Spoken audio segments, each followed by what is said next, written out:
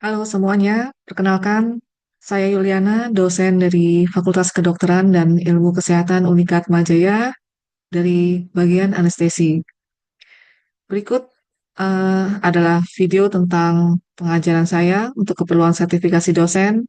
Tapi sebelum video tersebut dimulai, saya akan memaparkan tentang rencana pembelajaran klinik atau RPK dari bagian anestesi.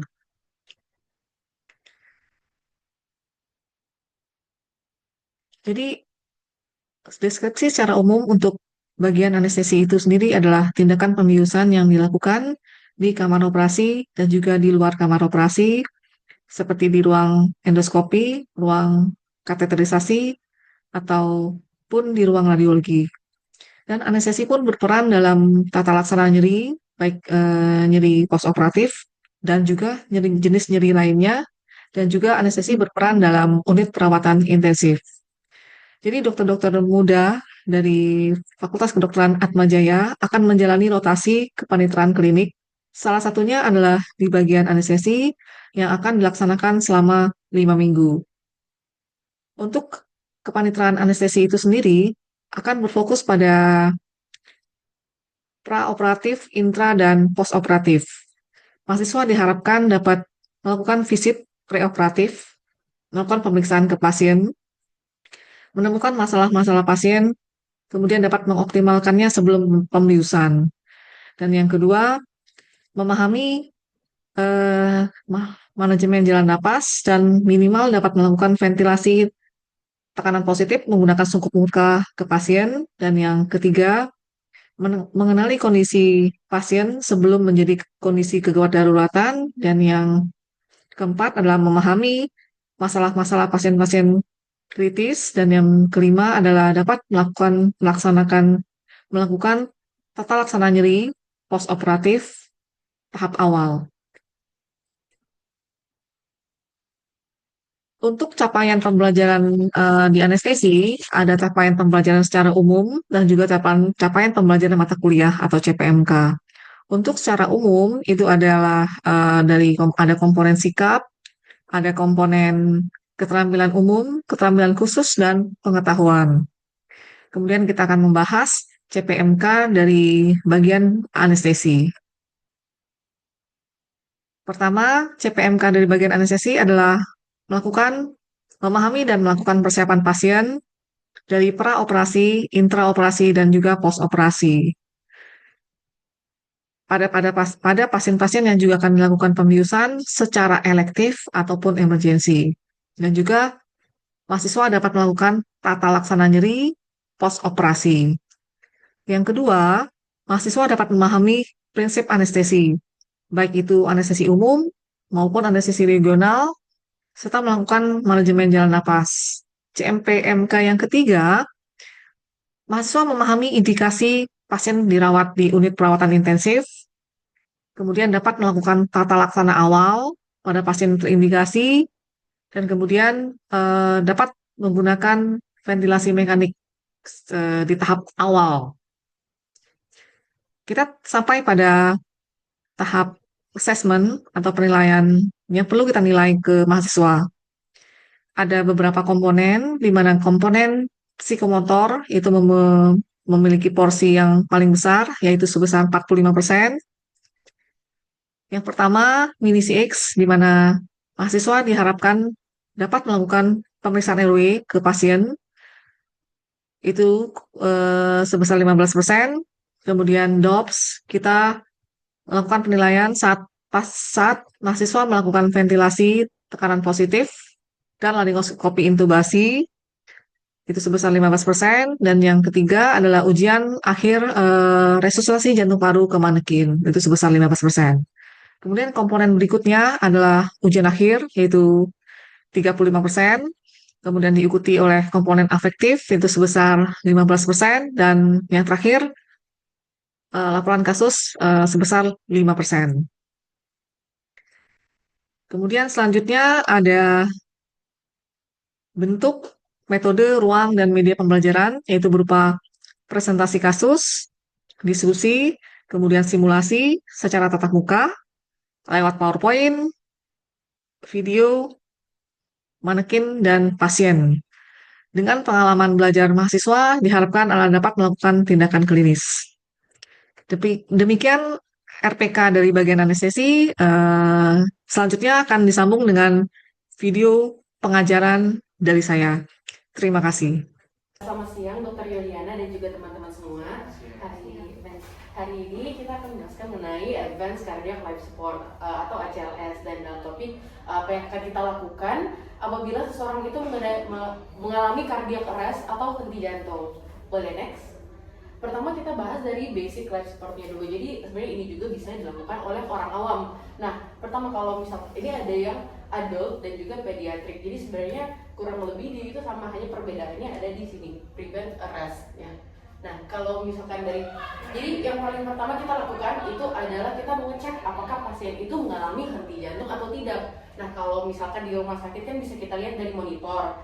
Nah, apabila dia itu sudah ada asistol atau misalkan kayak atau VT, itu bisa dilihat dari monitor. Tapi kalau misalkan bagi orang awam yang tiba-tiba ketemu di tengah jalan, itu bisa kita cek dari arteri karotisnya.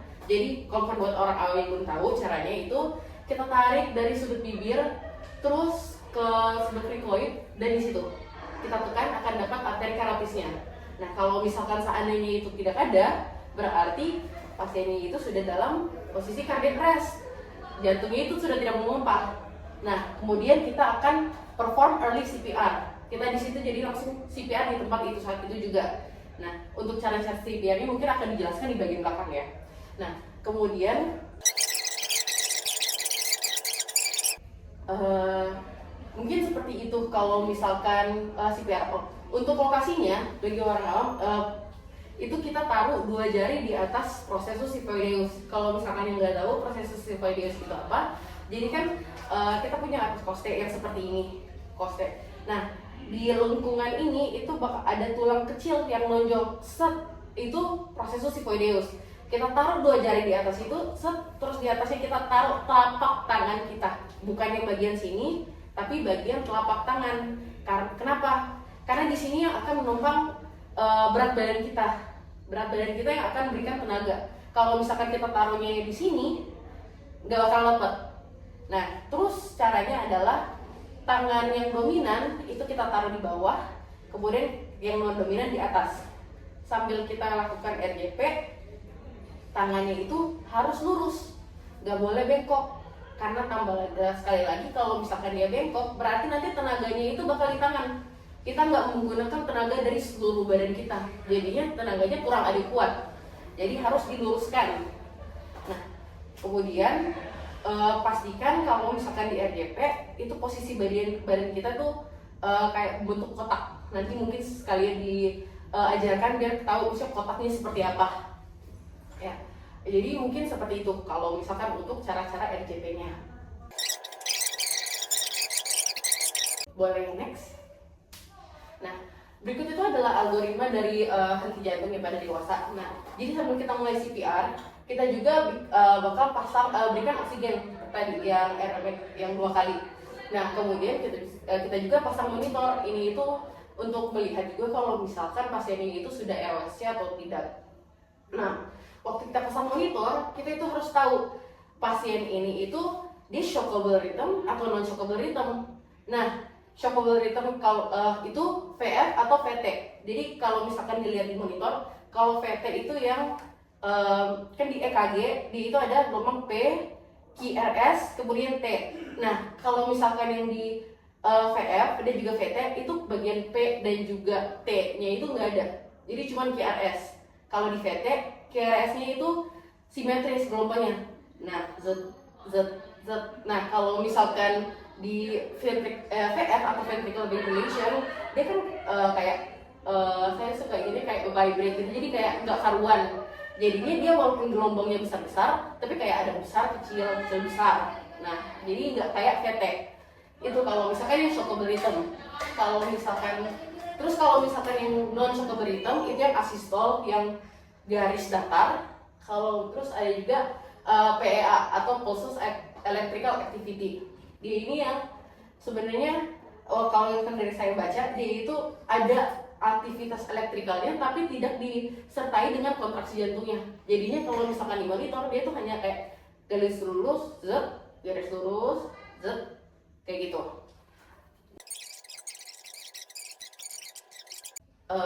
Nah, kemudian gimana kita tahu kalau misalkan kita itu sudah boleh berhenti untuk CPR. Jadi itu bisa dilihat kalau misalkan sudah ada tanda-tanda kematian pasti atau kalau misalkan pasiennya itu udah ROS-nya. Nah, kalau misalkan udah ROS-nya kita bisa tahu dari mana. Kalau misalkan nih, denyut dan tekanan darah sudah ada atau enggak di monitor itu di monitor itu udah tiba-tiba naik kemudian dia berkelanjutan. Biasanya itu lebih dari 40 mmHg. Seperti itu kalau misalkan yang untuk ROS-nya. Oke, terima kasih. Terima kasih. Pertanyaan mungkin dari audiens ada yang mau tanya?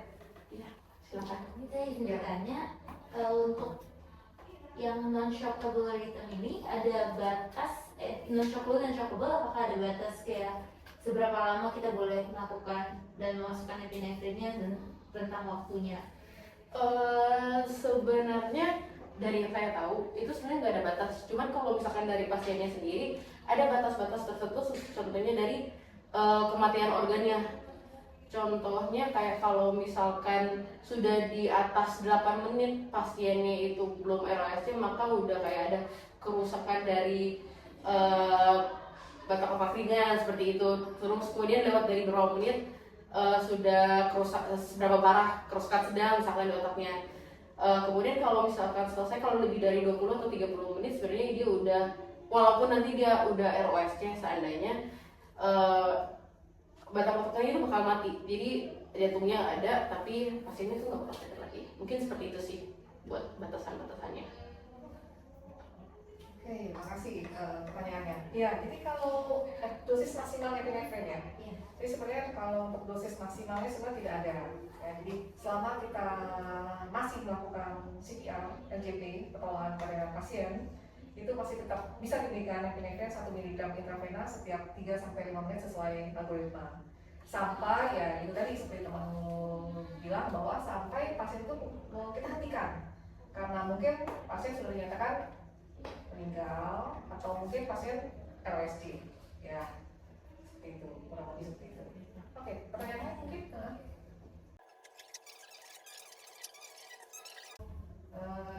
saya juga mau nanya nih, mau perjelas saja supaya clear, mungkin contoh iramanya tadi kan kamu sempat jelasin ya, irama yang shockable itu VF dan PVT. Mungkin kamu bisa tampilkan contohnya saja ya. Seperti apa sih? Iya, mungkin bisa cari, mungkin ya. Ya, kita lihat. Oh, PVT itu kalian tahu apa? Iya, PVT ya. Jadi P itu adalah pulseless ventricular tachycardia, karena ada yang ventricular tachycardia yang dengan nadi. Ya, jadi tidak semua ventricular tachycardia itu irama henti jantung gitu. Yang termasuk irama henti jantung itu yang pulseless. Tidak ada nadi, tidak teraba pulsasi arteri karotis. Itu maksudnya ya. Makanya PVT. Kalau misalkan mau dilihat, ini kan kalau yang normal sinus itu karena ada gelombang P-nya, QRS-nya, kemudian gelombang T-nya. Nah kalau misalkan yang ventricular tachycardia sebenarnya ini adalah yang gede-gede ini gelombang QRS-nya. Dan kalau misalkan lihat maka dia tachycardia, dia itu sama gelombangnya beraturan, gede-gede beraturan. Nah tapi kalau misalkan yang ventricular fibrillation, dia juga sebenarnya sama juga QRS, cuman dia ada yang gede, ada yang kecil, iramanya itu nggak beraturan. Jadi itu bedanya, bukan dia fibrillation kayak dia vibrate gitu nggak beraturan. Kalau yang tachycardia masih beraturan. Karena gelombangnya ventrikular itu berarti berasal dari ventricle. Kalau berasal dari ventricle, QRS-nya lebar. Betul tadi yang VT itu yang masih teratur, fibrillasi yang udah. Tapi sebenarnya intinya apapun itu, kalau kalian salah diagnosa pun tetap penanganannya sama dengan perlu dilakukan CPR dan visual defibrillasi ya. Tapi kalian juga paling tidak harus tahu, oke? Kalau PA mungkin bisa ditampilkan juga pulsed ventricular activity. Kalau asisten mungkin semua tahu ya, di dalam straight line ya.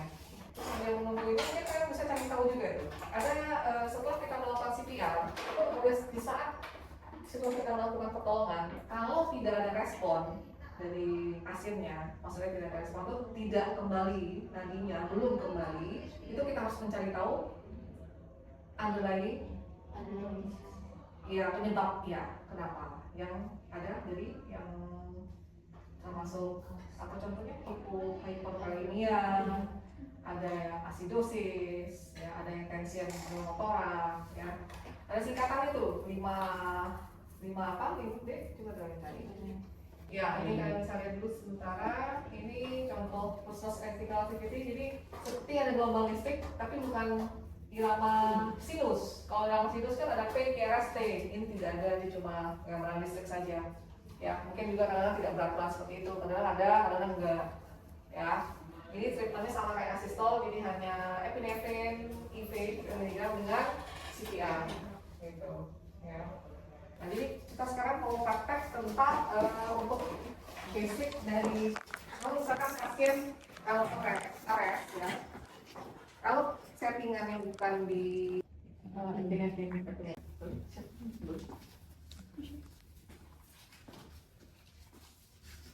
ini ya.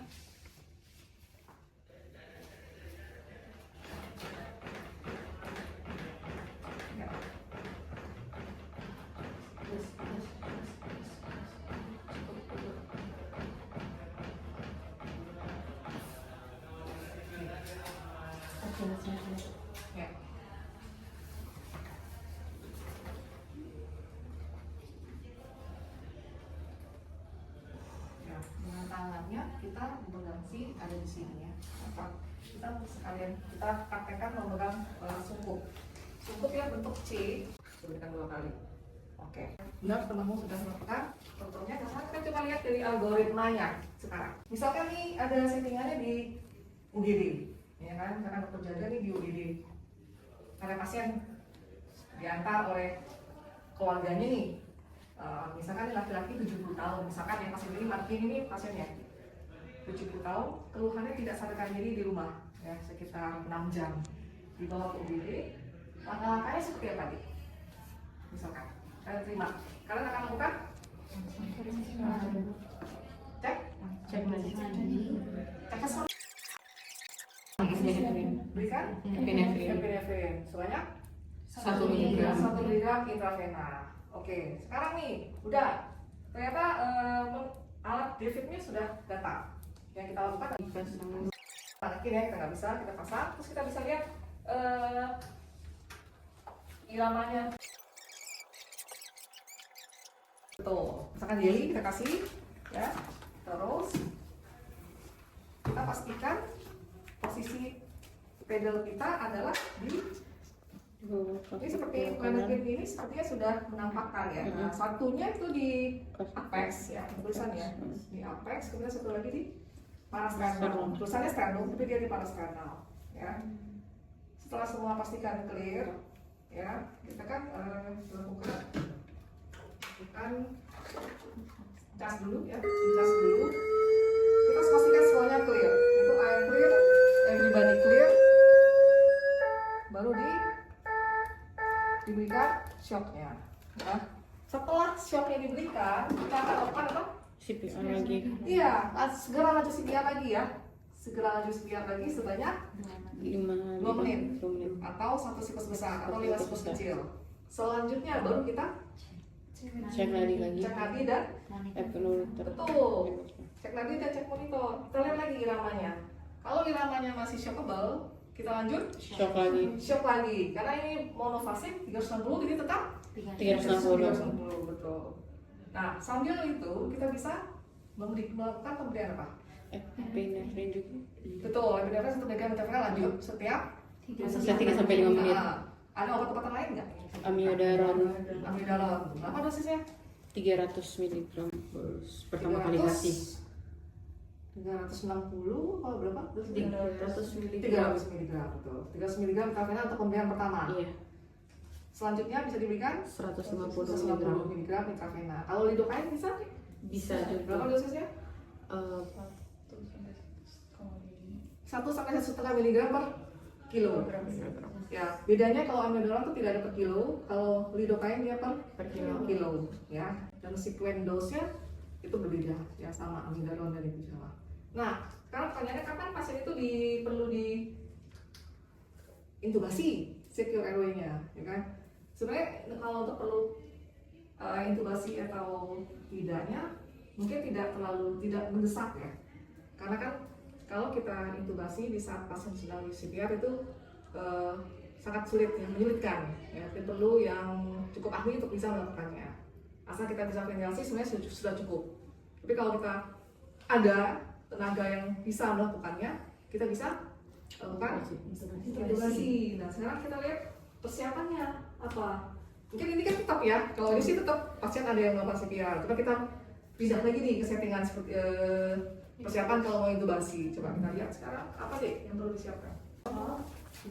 Ingat apa? Statics ya? Iya. Coba kalau siapin, start. Kalau dulu kita teman-teman yang lain. Statis lagi. Apa statis itu ada stetoskop, laryngoscop, lalu Scoop ya, scoop ya. Stetoskop, laryngoscop, gitu. Terus lalu kedua tube. coba. Kita ada tiga ukuran untuk cewek dan cowok itu beda ukuran. Jadi kalau laki-laki biasanya kita siapkan nomor 7,5 dan oke, kalau perempuan 6,5 itu hamil. Kalau hanya cewek biasa 6,5 7,5. Oke, betul ya. Oke, selanjutnya Selanjutnya kita bisa siapin LMA-nya juga. LMA juga ada berdasarkan ukuran berat badan. berat badan. Terus Ya, selanjutnya kita bisa siapin opat. Opanya itu juga kita bisa siapkan 2 ukuran. ya, coba ukuran yang sesuai. Misalkan pasiennya ini, cara milihnya gimana? Bisa diukur. Ya, misalkan ini cocok nggak? Opa ini ke pasien ini. Ukuran 9. Coba saya praktekkan. Ke mana nih? Prago. Ya, ya. Kira-kira kita pasti kita buka. Iya, kurang lebih ya, bisa ya. Jadi kurang lebih pasien ini cocok ya. Ukuran 9. ya. Terus apa lagi selanjutnya? Selanjutnya T kita bisa siapkan T. Ya. Lalu introducer, Atau mandrin, ini ya. iya mandrin, Oh, konektor, konektor itu menyambungkan kita selang airway dengan sungkup yang kalau yang misalkan di mesin sisi circle, misal ya circle menyambungkannya konektor. Oke, terus selanjutnya yang S terakhir adalah suction. Ya, suction juga punya ukuran ya nih ya. Ya, suction juga ada ukurannya. Yang dewasa biasanya kita gunakan nomor 14 ini. Ya, 14. Ya, ada lagi di bawah ini warna putih, ini kepada pediatri. Ini sekilas untuk persiapan dari intubasinya. Ya, jadi kalau ada yang bisa melakukan yang bisa ya boleh dilakukan intubasi. Jika sekarang sudah terpasang ETT, ya rasio kompresi ventilasi gimana? 30/2. Tadi kan 30/2. Iya. Belum terpasang ETT ya. Kalau sudah terpasang ETT, sambil kompresi sambil di bisa diberikan berbarengan. Ventilasi bisa diberikan berbarengan dengan frekuensi. Tadi kan 2 menunggu ventilasi selesai. Nah, kalau ini sebanyak sampai 20 kali setiap kurang lebih ya 6 detik. Setiap 6 detik sekali. Jadi 1 menit 10 kurang lebih 10 ya, kurang lebih 10. Itu teorinya seperti itu. Ya, jadi dia berjalan pisah ya, di sambil kompresi bisa diberikan ventilasi tekanan positif. Gas ya, gitu ya. Sampai sini apa ya? Apa lagi yang mau dijelaskan kira-kira dek? Oh itu ya penyebab tadi yang saya bilang ya. Berapa? 5 5 kali ya? 5 5H 5T. Iya. Oh ya udah 5H 5T. Tapi itu memang bukan di awal-awal kita cari tahu, tidak sih. Itu biasanya kalau mungkin sudah banyak bantuan dan pasiennya tidak respon, ya. Kalau pasiennya memang sudah ada riwayat mungkin dia bleeding mungkin ya, mungkin kita